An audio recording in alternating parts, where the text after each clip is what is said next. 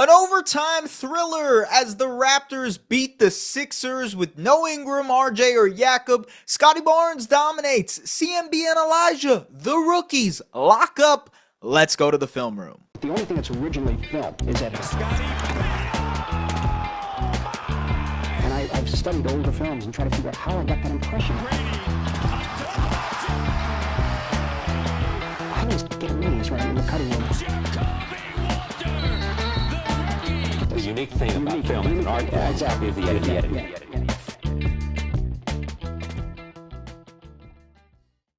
All right, folks, as many of you know, this is a recap show. I want to detail exactly how the Raptors won this game in the fourth quarter and overtime, specifically with about 13 plays that I thought changed the complexion of this game throughout the process of that fourth and overtime. Let's break it down. All right, so I thought Emmanuel quickly had some important plays at the start of this fourth quarter. Some irrational decision-making towards the end, but really gave them a jolt to start this fourth quarter. Hitting this above the break three, next possession down, dribble handoff with Emmanuel quickly, and watch as he gets the help in Jared McCain. And so AJ Lawson here in the dunker spot. And that's going to be important. This dunker spot area is something the Raptors exploited all night, especially in that fourth quarter and overtime. And here, IQ finds AJ Lawson for the alley. A little bit more IQ here, pick and roll with him and Collin Murray-Boyles. And he just uses the fact that VJ Edgecombe is on his hip to draw back, little step back, hits the mid-range jump shot. And so now, all of a sudden, that 6-point lead is down to a 1-point lead with about a minute and a half into the fourth quarter. Scottie Barnes was elite at getting these early seals in the game, and there were a couple frustrating moments where Emmanuel quickly didn't recognize the seal early enough to get Scottie to score the ball, but regardless, he gets it to him here. Sixers immediately double, right? And it's because Scottie has been dominating this game all throughout. He had, I believe, 18 points in the first half. A lot of options for him to go to, right? AJ Lawson, you see Jamison Battle here even pointing for him, but he could hit this past the Battle. And there's a couple of different passes that they can go to just because of the reading of the defense from Scottie. And so here, baits the defense for a second. You'll see Battle with a weak side cut to engage the help, which is Andre Drummond. On the weak side. Boom, he does that. Drummond has to contest. And because Drummond contests here, sells out to contest, that creates a rebounding opportunity for Collin Murray-Boyles here, who was absolutely massive in this game. An electric performance from the rookie. One of his many, many rebounds. A tip-in dunk. Speaking of dunks, I love the way Jamal Shead is able to get things going for the Raptors. He had 8 assists tonight. He also had a career-high 22 points. He closed out this game, and I thought he had a really good pass here. So zips it to the weak side corner. Scottie pumps to get Dominic Barlow off of his spot, and Scottie was taking advantage of that all night. As you see here, gets all the way downhill and dunks this ball. Oh my goodness, what a play. So now it's a tie game, folks. Tie game, 99-99. The Raptors have clawed back to tie this thing up with 2 minutes left. Let's get a good shot here, shall we? No, a wild pull-up three for Emmanuel quickly. Anyways, they get an excellent look here. So guard screening for Scottie Barnes, right? That creates a couple of miscommunications here in terms of the pick and roll defense, right? It gives Scottie Barnes an edge. You see now Dominic Barlow is a little bit late, and so he's got him in an advantageous position. Scottie goes, spins, gets to his left, and finishes through contact. And so a lot of tough decisions from IQ in this game. Just before this possession, he had a very sporadic shot in the fourth quarter to try and tie this game. It was a bad shot. It was a really bad shot. But here, they get him going off of a pin down. But here, they get him going off of an action where he flares out to the basket. CMB is the screener here to make it so that he can pop out to this area of the floor, and Shead can make this pass to from the inbound. So that's exactly what happens. He finds him, quick knocks this down. But unfortunately, it was a 2. And so the Raptors are still down 2 in this situation. Shout out to Darko Rajakovic, had some very clutch challenges in this game. So this out of bounds call right here ended up being off of the Raptors. The Raptors eventually challenged it. They won this challenge, and that's what led to the IQ buck. Now, there was another challenge that I could not find, unfortunately. The clip is not available to me, but basically, Alijah Martin presses up against Kelly Oubre. Kelly Oubre drops the ball out of bounds. Raptors challenge it again. They win the challenge. They get the ball back. So a chance to tie this game, 107-105 again. A bad shot from Emmanuel Quickley, but somehow, someway, the Raptors got the ball back. The Sixers tried to challenge this out of bounds play, by the way. A lot of challenges in that fourth quarter. Now, 2-point game. There's an opportunity for the Raptors to tie it. Let's see how they do it. So Raptors flow through a bunch of different options.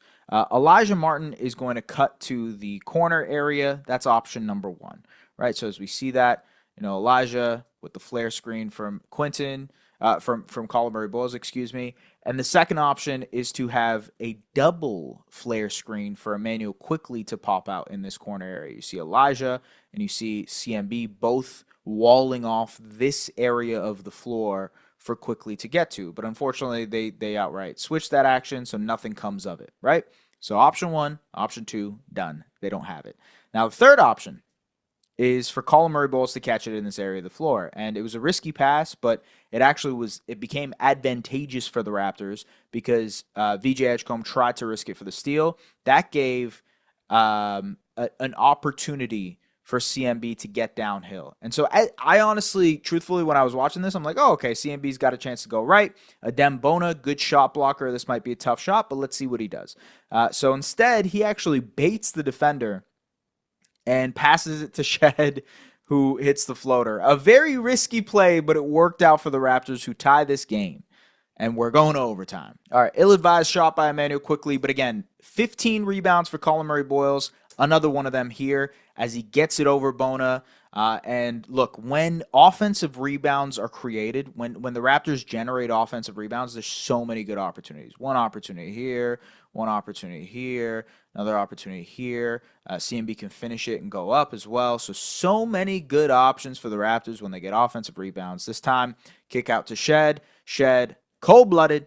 Keep going with the Shed love here. Pick and roll between him and Scottie Barnes. And as I mentioned, watch out for that dunker spot area because Shed is so quick. He engages the help, right? And also, the fact is, Scottie Barnes, very elite roller. Now Bona has to tag in, right? Tag the roller. That's exactly what he has to do. So Bona creeps up and sells out on this drive to contest Shed. Shed with the wraparound.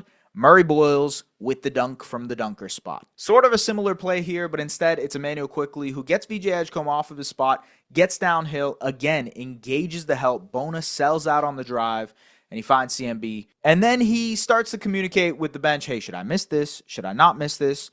What are we doing in this situation? He's been elite at hitting his free throws. He can ice this game in a different way if he wants to. But the rational thought is for him to miss this free throw. So that's exactly what he does. Great job missing the free throw also.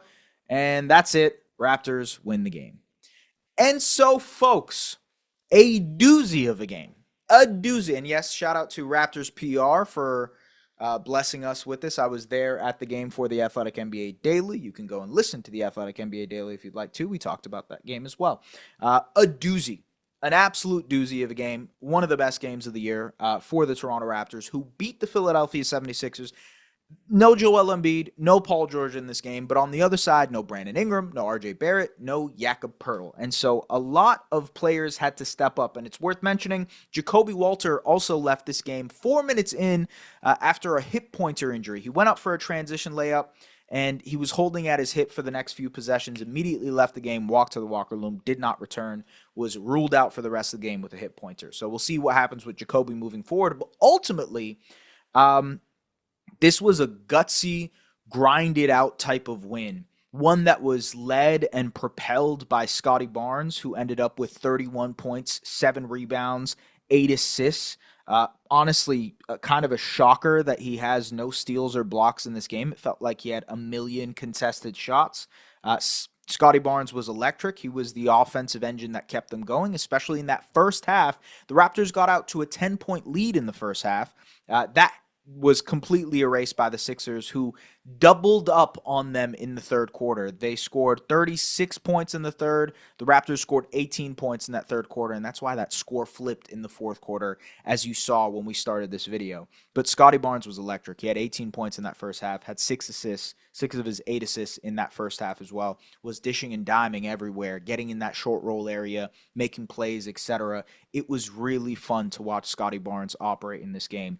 But it was also an electric performance from 3 of the Raptors' young guys, 2 rookies in Collin Murray-Boyles and Alijah Martin. Martin closed this game. He played all of overtime. He ended up playing 29 minutes, had 9 points, 8 rebounds, and 4 stocks. Collin Murray-Boyles, a historic performance, truthfully, 17 points, 15 rebounds, 3 assists, and 6 stocks, 3 steals, and 3 blocks in this game.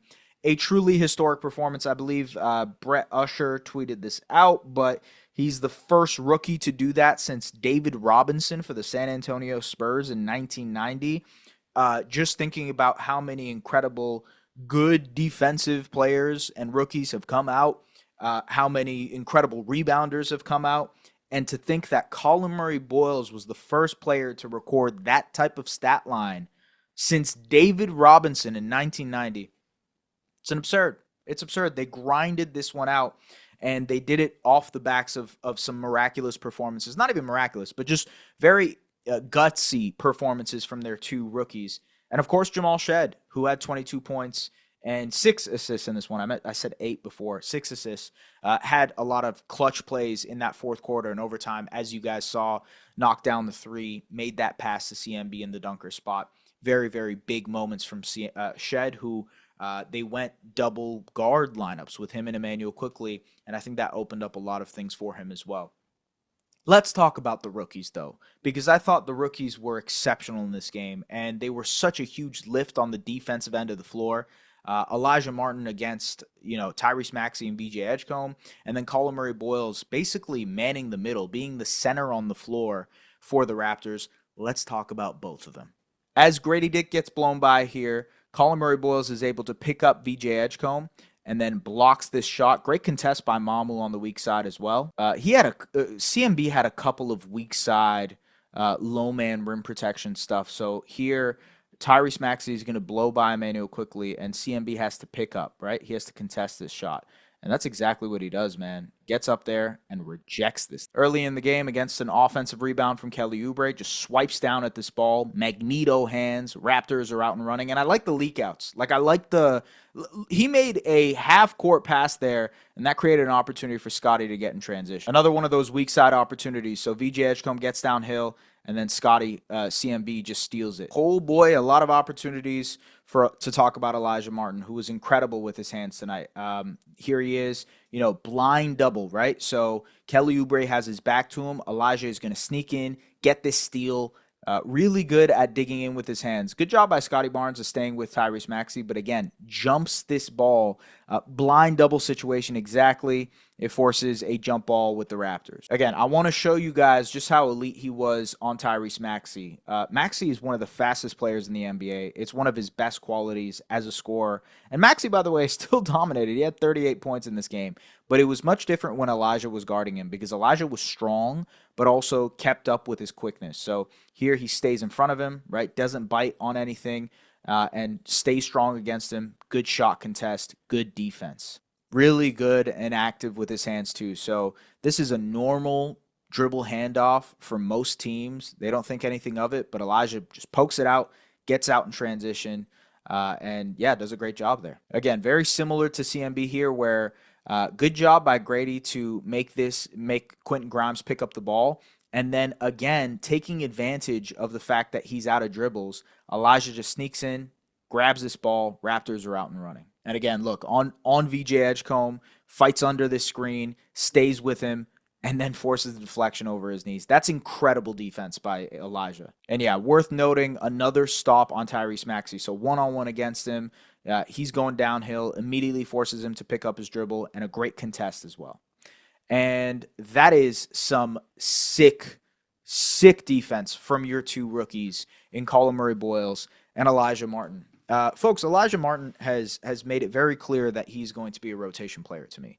I have no question in my mind. I'm so confident in the fact that that guy is going to end up being a rotation player for the Toronto Raptors, just because one, incredible defender already at his position. Two, I believe in the jump shot. He was one of the best shooters in the G League. I believe that will eventually translate. He was 0 of 3 tonight, but again, I don't worry about it whatsoever. Of course, he has to hit those shots eventually, but I'm not worried whatsoever about that. I think that will translate almost immediately. He also, I'll bet this one again, he has range. Like, he actually shoots from further back. He shoots off of movement.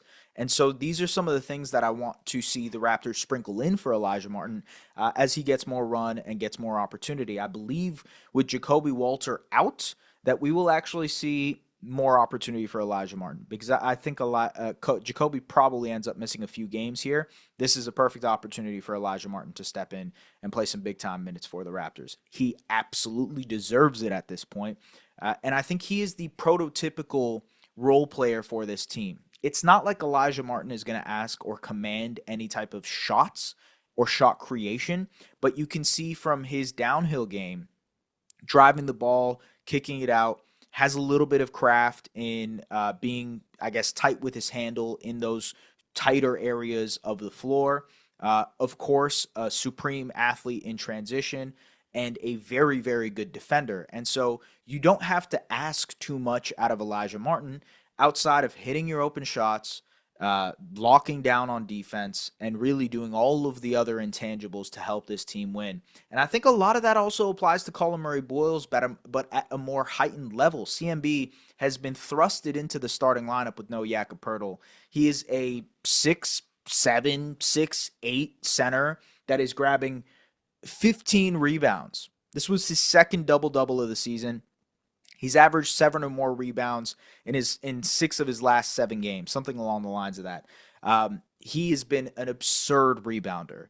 And the fact, I mean, it's a combination of things, but it is the hands and his ability to telegraph where the ball is going. If you think of the Dennis Rodman meme where it's like it goes that way and it goes that way, it goes this way.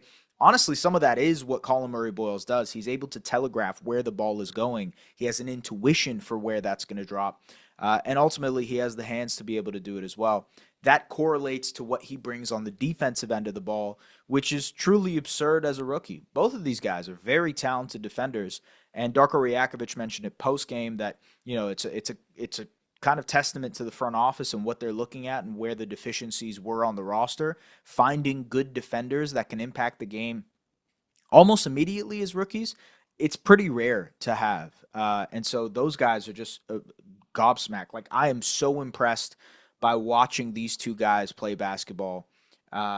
You know, I do have, truthfully, I have a soft spot for Alijah just because I've watched him with the 905, and seeing him get opportunity here, it kind of validates or vindicates kind of like the takes that I've had about him watching him with the 905. I'm like, oh, this dude can hoop. This guy, every time I watched him with them, stood out, you know? And I was like, whoa, this guy has a chance. And to see him get the opportunity and run with it has been very, very cool to see. This was a big win for the Raptors because the Sixers were breathing down their necks in the standings, and they had moments where they could have lost it, especially in that third quarter. It was really ugly on offense where they couldn't find anything. But this was a big win to give them some separation. The Raptors are now a game and a half ahead of the Sixers. Of course, they play the Sixers tomorrow, and who knows who will be available. Seems like Brandon Ingram is at the very least close.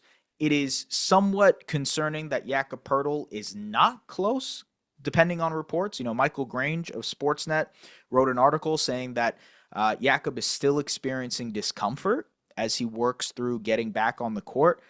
That's not a good sign. And I think that will urge the Raptors to make a trade for a center a little bit quicker. But we'll see what happens on that front. There's still, 3 weeks left until the trade deadline, so a lot of movement that could happen in the league.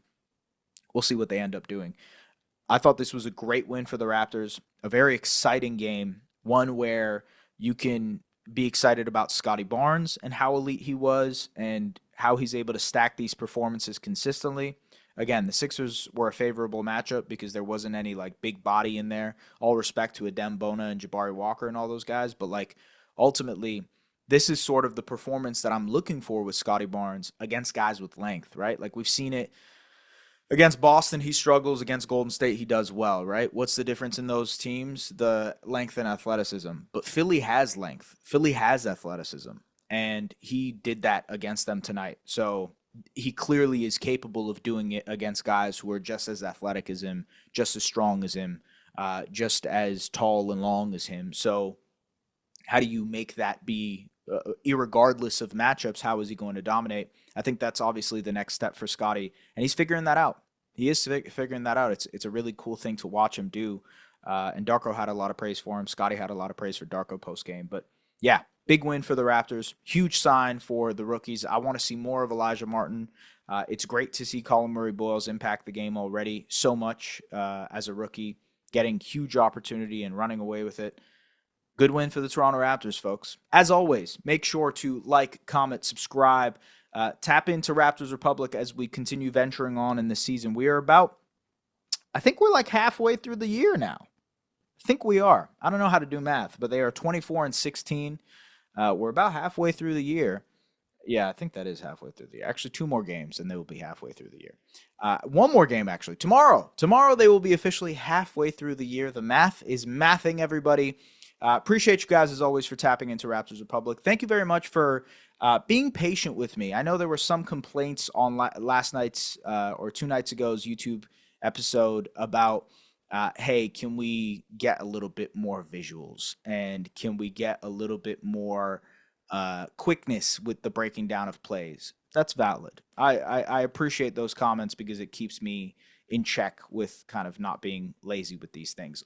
It's a valid thing to be critical of. I hope you guys are enjoying these shows. I do these truthfully because I want to entertain you guys. I have a lot of work on my plate. This is my way of staying connected within the Raptors community and giving you guys something that you guys enjoy. So if you guys enjoy it, I appreciate you. If you don't, it is what it is. Them's the breaks. Thank you very much for tapping in. Appreciate you guys as always. We'll see you guys later. Peace.